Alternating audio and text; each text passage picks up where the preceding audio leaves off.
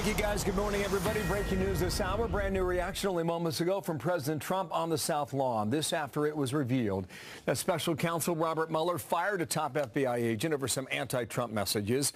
And that investigator also worked on the Clinton email investigation of a year ago. And the news causing the president to sound off over the weekend, a series of tweets and more after that. As we say good morning on a Monday, we are rolling already, all right? Hope you had a great weekend. I'm Bill Hemmer, live inside of America's Newsroom. How are you, Sandra? Good morning to you, Bill. A brand new week. I'm Sandra Smith. President Trump not holding back once Fox News broke this story. The president tweeting yesterday, quote, after years of Comey with the phony and dishonest Clinton investigation and more, running the FBI, its reputation is in tatters, worst in history. But fear not, we will bring it back to greatness. Those comments coming after Mueller pulled a top FBI agent off the Russia probe back in August. It was revealed he had exchanged anti-Trump text messages. So then moments ago, the president also talking about Mike Flynn and what we are learning about the Clinton email investigation. He said the following. I feel badly for General Flynn. I feel very badly. He's led a very strong life, and I feel very badly, John. I will say this. Hillary Clinton lied many times to the FBI. Nothing happened to her. Flynn lied, and they destroyed his life. I think it's a shame. Hillary Clinton, on the 4th of July weekend, went to the FBI, not under oath. It was the most incredible thing anyone's ever seen. She lied many times. Nothing happened to her. We are covering all sides to this. New York Congressman Peter King is on deck to discuss the investigation, but we begin with Chief Intelligence Correspondent Catherine Herridge, live in Washington with the latest. Good morning, Catherine. Well, Sandra, this FBI agent Peter Strzok, who is now at the center of a new investigation, was on the ground floor of the Clinton email counterintelligence referral from the Intelligence Community Inspector General to the FBI in 2015 after highly classified information passed through Clinton's unsecured server used exclusively for government business. And according to a lengthy New York Times profile on FBI Director James Comey just 2 weeks before he was fired, a profile done with the full cooperation of the FBI media office, this FBI agent Strzok was central to discussions about intent and whether to prosecute Clinton under the gross negligence statute, though intent is not required. He was also a key player in drafting of the July statement by Director Comey that recommended against criminal charges, now referred to as the exoneration statement.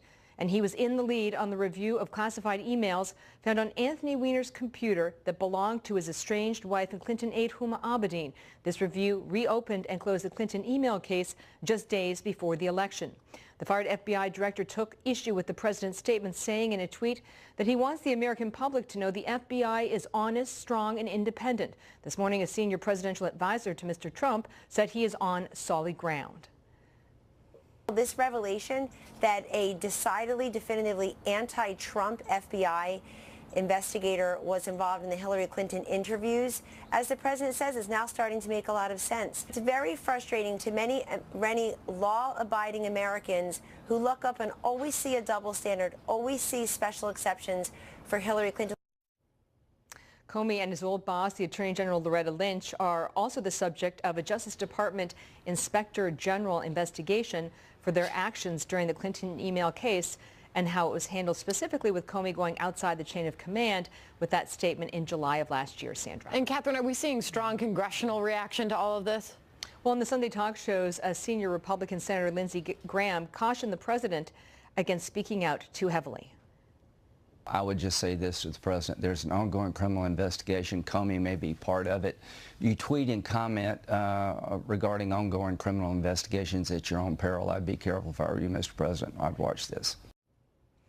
And with the big development Friday that former National Security Advisor Mike Flynn has pled guilty to lying to the FBI. That's a violation of 18 U.S.C. 1001 over his conversations with the Russian ambassador, and a plea agreement that stipulates full cooperation in the possible prosecution of other individuals. A senior Senate Democrat is predicting more fallout for the White House, Sandra. Catherine Herridge, thank you. For more on this now, I want to bring in New York Congressman Peter King, live in West Babylon, New York. And, sir, good morning to you. A couple things to go over. I just want to keep it clear for our viewers now, all right? There's the investigation of the FBI over Hillary Clinton, and there's this issue that deals with Mike Flynn, et cetera, at the White House. Start with the email investigation of Hillary Clinton. Peter Strzok fired from the special counsel. What are you to make of that now, sir? Yeah, this raises very real questions about the Hillary Clinton investigation. Somebody who who was so high up on it in that investigation, who was so much involved in his final statement and making decisions, the fact that he was so anti-Trump, and that this was right in the middle of a presidential campaign, it really puts a whole shadow over the the findings of that investigation and the decision that was made, why they are focusing on intent when intent is not required. So again, it's listen, I have a great respect for the FBI, but I think as far as that particular agent and his role in it, that does warrant investigation, because that goes really to the heart of the whole Hillary Clinton matter. Does it take us back to looking at it in a substantially different way, sir? You know, to me, I don't believe in reopening that investigation right now, only because, you know, we'll become a nation of investigations. But I think we should look at how the investigation was conducted to see if anything improper was done, rather than reopen the whole investigation. Just look at the conduct of it to see if Director Comey should have done more. Should he have known exactly what this person's bias was? How flagrant was it? How well known was it? And did Comey know about him when Mueller took over the investigation and he was kept in that position for a number of months? All right, topic number 2. And Senator Feinstein on NBC over the weekend talking about the General Flynn matter. This is how she characterizes it based on what we believe we know from the president and his interaction there. She said the following. I think we see this in the indictments, the 4 indictments and pleas that have just taken place. I see it most importantly in what happened with the firing of Director Comey, and it is my belief that that is directly because he did not agree to lift the cloud of the Russia investigation. That's obstruction of justice. Just take those last 3 words, obstruction of justice. Is it to you? No, it's not. And let's make it clear, of the 4 indictments so far, not one of them has anything to do with Russian collusion, any involvement of collusion during the campaign. Manafort and Papadopoulos have, again, nothing to do with Russian collusion. General Flynn was carrying on very lawful conversations with the Russian ambassador. Why he misstated to the FBI, that's really something that has to be resolved. But as Congressman Gowdy said the other day, when Director Comey was in before us in the Intelligence Committee back in January, February, he said even then the FBI wasn't certain that General Flynn had lied, that he had violated the law, that he was maybe trying to skirt something. He didn't want to make it a political issue. But again, they were not certain at all that he was lying. And as far as Senator Feinstein talking about an obstruction of justice, the president had every right to fire Director Comey, because Director Comey was leading the nation and the world to believe that President Trump himself was under investigation. And yet he had told us privately for months that the president at no time was the subject of the investigation. And yet you have a president going around the world negotiating with foreign countries, foreign leaders, trying to build up support here in this country. And the FBI director, probably 99% of the country, thought that President Trump was under investigation.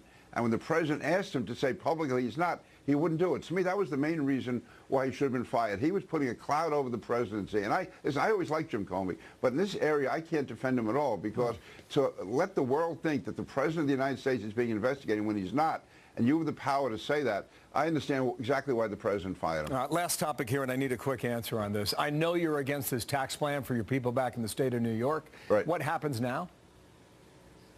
It's going to go to the conference committee. I will vote against sending it to a conference. I want to stop this bill right now, but I think it's going to pass. You'll probably see it pass in the next 2 weeks.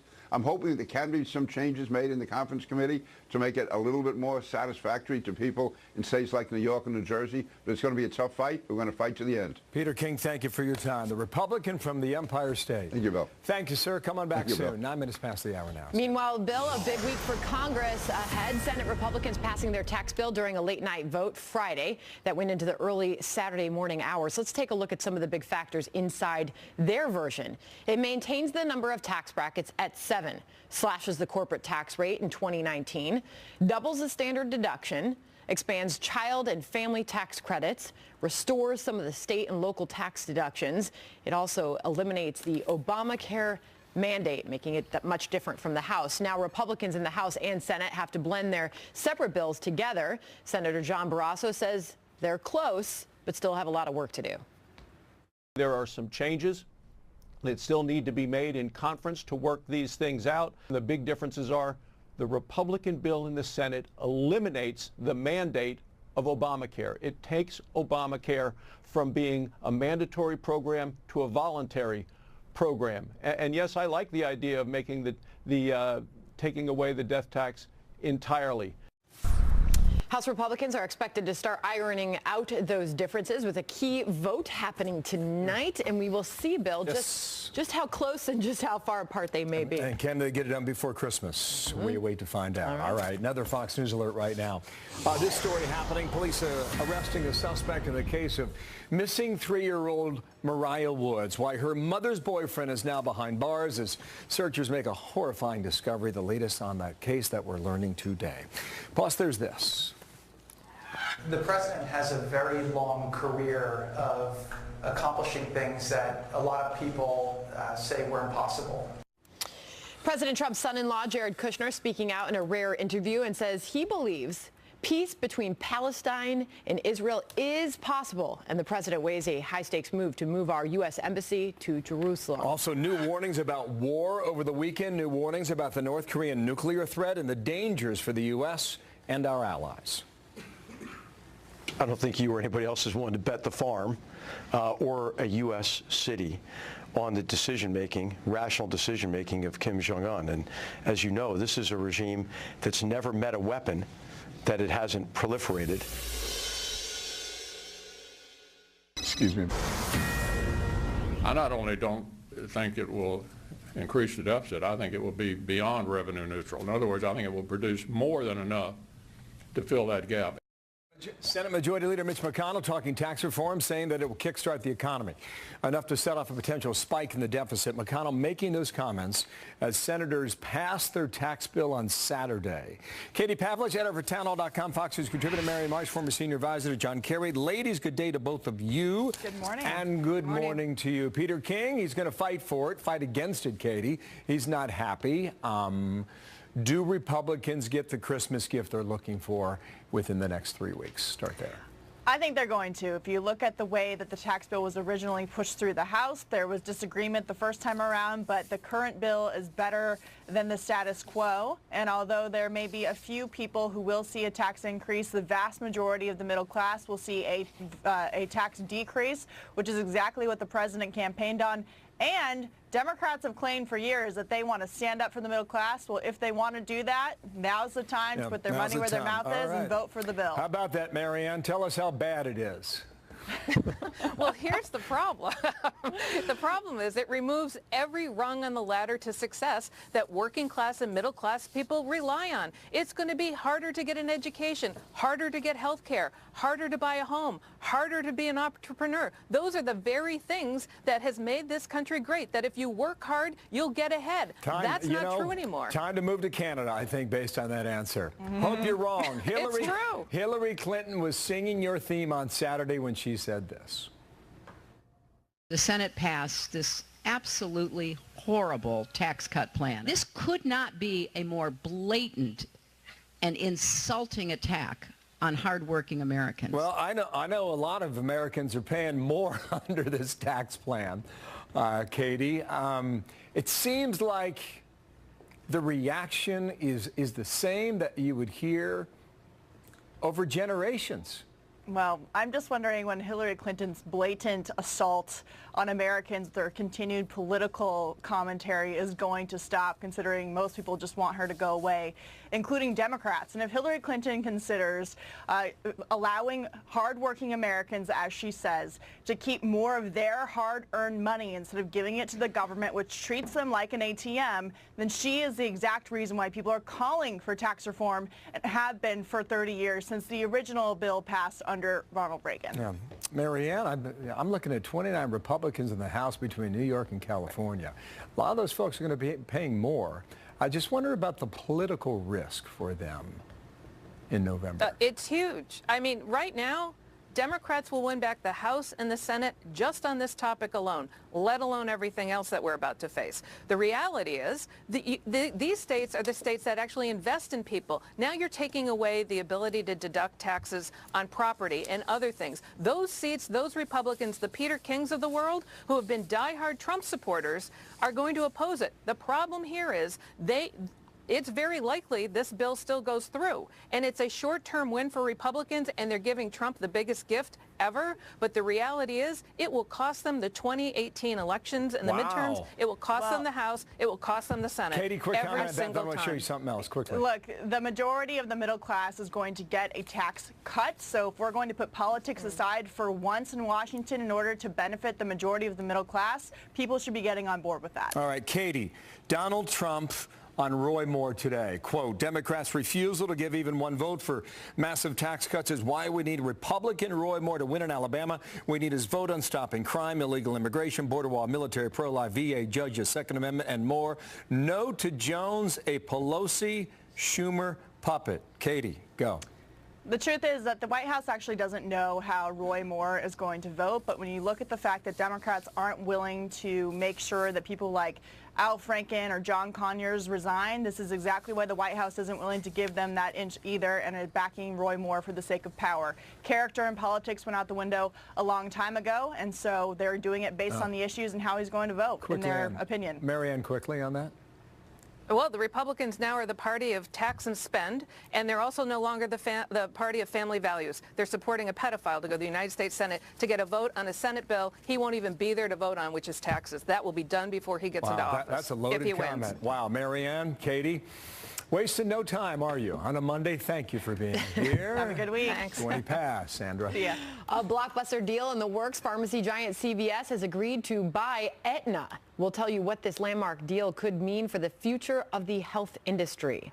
Plus, an illegal immigrant acquitted in the murder of Kate Steinle last week. And now a Republican congressman has a plan to try and make sure that never happens again. It sickened me. This isn't the America I grew up in. For a city to knowingly release a public safety threat back into the public is just ridiculous.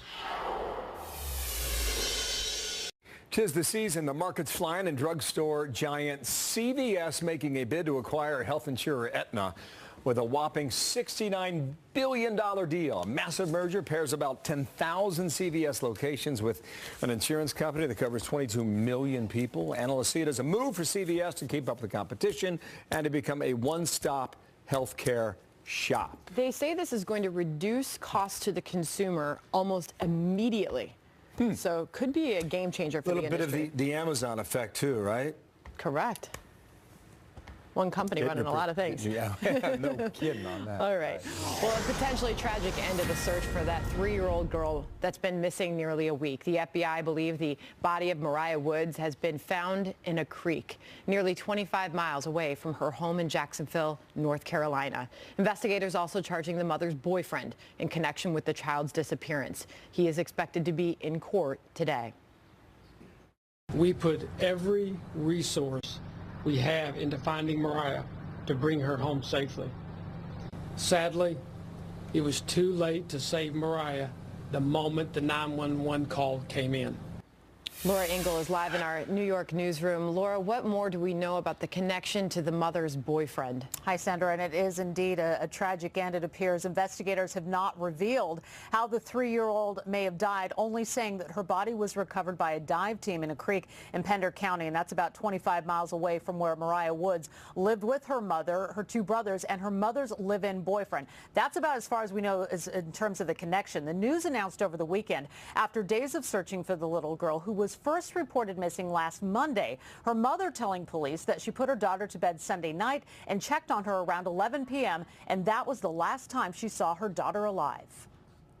Please bring her back, and I love her. I'll do anything that I can, whatever you want. Just bring her home, please, safe and sound. She's my baby. She's my everything. Investigators arrested the mother's boyfriend, Earl Kimmery. Here he is, his mugshot, last Friday, and found Mariah's body Saturday. He is right now being charged with obstruction of justice for removing Mariah's body from the scene of her death and for concealing the death and body, knowing that she died from unnatural causes.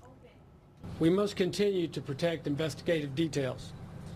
The focus of this investigation has changed from a missing child to a homicide case. No one involved in this search and no one in this community wants Mariah's death to go unpunished. A lot of unanswered questions still. Earl Kimmerer is expected in court this morning, as you mentioned, to face charges related to this case. We hope to find out more details then. Sandra. And Laura, did the boyfriend have a criminal past? Yeah, we looked into this, and Kilmeade has actually a pretty long history. Most of his criminal past involves larceny. When Mariah Woods was first reported missing, Kilmeade told police that he last saw Mariah getting up from bed around midnight the night before she was reported missing, and says he told her to go back to bed.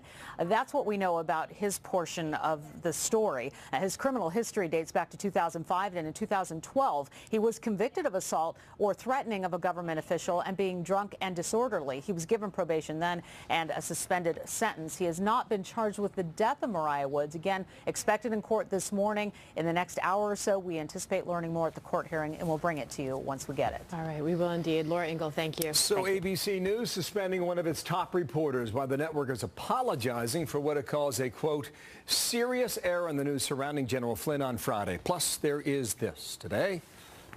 So not only this, the Mueller investigation into the Russian collusion now is being called into question, but again, going back to Hillary Clinton's emails, perhaps that was improperly handled because of this political bias. New concerns over the legitimacy of Robert Mueller's Russia investigation and the fairness of the Clinton email probe after a top FBI agent is fired for anti-Trump text messages. Former Utah Congressman Jason Chaffetz is here to respond. 9:31 in New York, watching the stock market now, and look where we are today. 222 at the open. Brand new trading week, and you wanted to know how your 401k was going to react to the Senate passed that bill late on Friday, early Saturday morning. Well, here you go. President Trump predicting bulls on Wall Street, and so far he's right. With the great vote on cutting taxes, this could be a big day for the stock market. And you, also moments ago, before he left for the state of Utah, he said this at the White House. The stock market, I think, is going to have a very big day based on the massive tax cuts that we're very much in the process of getting approved. But based on the vote we had last week, the stock market has been reacting unbelievably well. Wow, that's an understatement, huh? It's on its way to 25,000 now. Right. Whoa. 65. This is like the Sandra Smith bump because, I mean, since you've been working here on this shift at this hour, I'll take that. Just keeps on going. I'll take that. We're up 6,500 points since the election day of last November. That's a rally, folks. That is incredible. Whoa. You're right. All right. Well, some Obama administration officials firing back after President Trump slammed the FBI over the weekend, calling out former FBI Director James Comey and reacting to the Fox News report that special counsel Robert Mueller pulled a top FBI agent off the Russia probe for anti-Trump texts. The president tweeting, quote, after years of Comey with the phony and dishonest Clinton investigation and more running the FBI, its reputation is in tatters, worst in history. But fear not, we will bring it back to greatness. Meanwhile, a top House lawmaker says the dismissed FBI agent's involvement in the Hillary Clinton email probe is also raising big questions about that case. I worked in the Justice Department for many years. FBI agents should not bring in their own political bias into these investigations.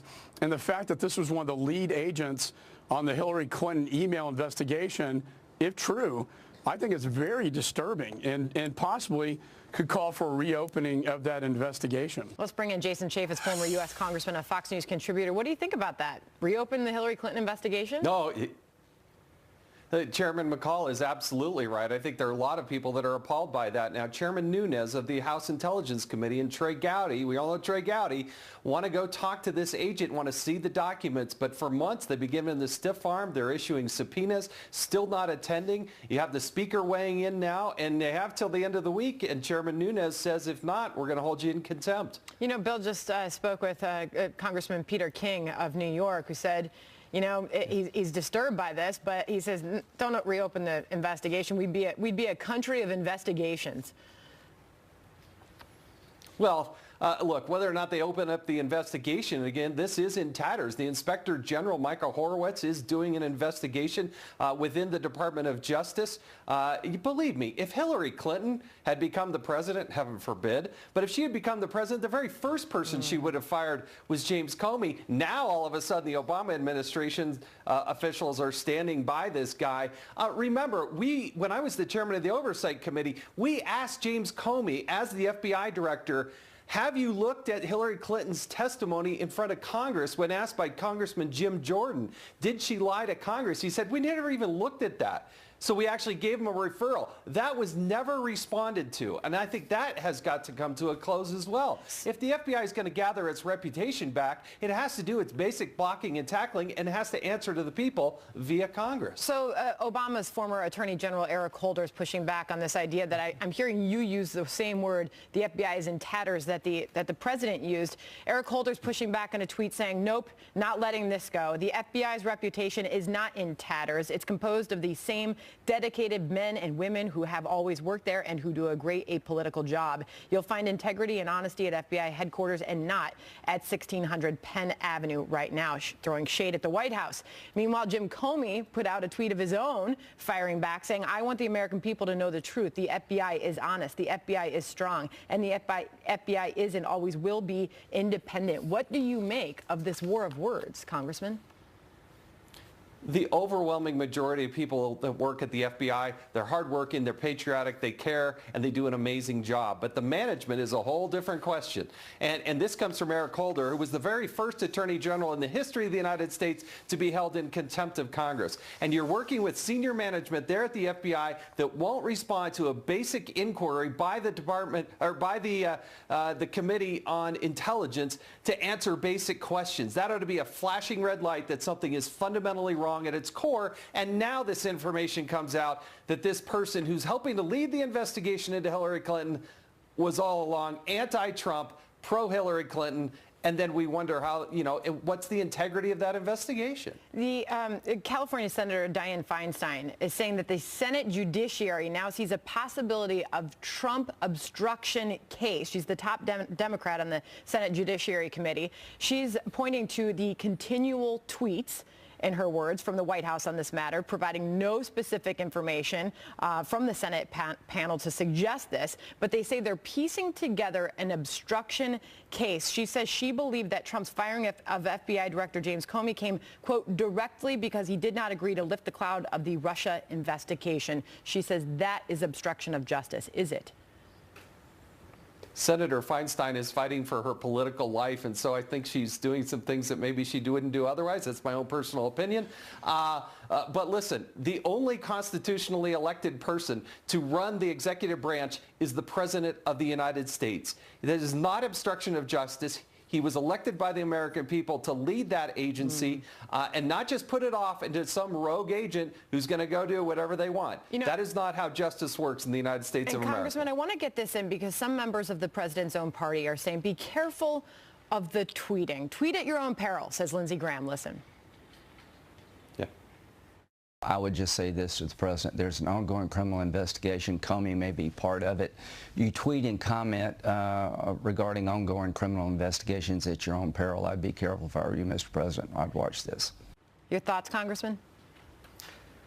Yeah, look, I was very highly critical of President Obama when he weighed in on the IRS case when there were 5 open investigations going on. He said there wasn't even a smidgen of corruption. How did he know that if there were 5 open investigations going on? So I think it is wise that they just kind of be quiet during a criminal investigation, but we certainly saw President Obama do that on multiple occasions, and it was wrong then. And I don't think Donald Trump should weigh in on a criminal investigation until it's complete. Before I let you go, the president is on his way to the state of Utah, his first visit as president. Yes. I understand he's only going to be on the ground about 3 hours or so. Any thoughts there on his agenda in the state of Utah? He's coming here to reverse an action by President Obama and President Clinton to create millions of acres of national monuments, something that should not have been done, an overuse of what's called the Antiquities Act, and I appreciate the bravery of Donald Trump coming here and reversing the Bears Ears National Monument. We need more multiple use, and it's something that will be widely accepted here in the state of Utah. I'm thrilled that he's going to be here. All right, Congressman Jason Chaffetz, thank you for coming on. Very good to see you. NFL quarterback Colin Kaepernick honored last night, receiving the Courageous Advocate Award at the ACLU Bill of Rights dinner in Los Angeles, coming after inspiring league-wide anthem protests that have been controversial nonetheless. Chief Correspondent Jonathan Hunt now live in L.A. for this. What did Kaepernick say about it last night? Well, Bill, the former 49ers quarterback, now unemployed, of course, was not on the initial publicized list of honorees at this ACLU event, so a surprised audience gave him a standing ovation as Kaepernick himself stood by his decision to kneel. Listen here. We all have an obligation, no matter the risk and regardless of reward, to stand up for our fellow men and women who men and women who are being oppressed, with the understanding that human rights cannot be compromised. But while Kaepernick is getting awards, he's not getting a contract. And of course, last month, he filed a grievance alleging NFL owners have colluded against him, Bill. Yeah. So the kneeling controversy has had an effect on NFL attendance. What do the numbers show, Jonathan? Well, President Trump, of course, among those encouraging fans to stay away because of the kneeling issue. There is some effect. Figures are slightly down. Take a look. Last season, just under 18 million attended NFL games across the entire 17 weeks. This year, after 13 weeks, excluding tonight's game, it's just under 13 million. So your average last year was just over 1 million. Your average this year, just under 1 million. TV ratings also down significantly, Bill. We'll see if your Bengals getting crushed by the Steelers tonight can change that. Relax. Not yet. Hasn't happened yet. Likely, but not yet. Thank you, sir. Live in hope. That's a sensitive conversation around here. All right, well, now to some college ball. The committee picking its top 4 teams to compete in the college football playoffs. Alabama will face Clemson in the Sugar Bowl, and Georgia will play Oklahoma in the Rose Bowl. The 2 winners will meet for a championship showdown. But of course, like every year, one team was left on the outside looking in. This year, it was Ohio State, coming up just short at number 5, your home state. Despite beating Wisconsin on Saturday night. I think the folks at Wisconsin would probably be upset about that, too. What do you think about all that? Well, I took, a month ago, Smitty and I made a wager here. For $1, I took Alabama, and I gave you the rest of the field. So I'm going to stick with that because I really think it's 50-50. Coin toss. We'll roll with that. Indeed we shall. Former Access Hollywood host Billy Bush now writing about that infamous Access Hollywood tape with President Trump. Bush was fired by NBC, but since then a lot of names have been fired for a lot worse. So why is he speaking out now? We'll tell you about that coming up. Plus, take a look at this. It's the Pontiac Silverdome outside of Detroit. They were supposed to blow it up, but that building is still standing.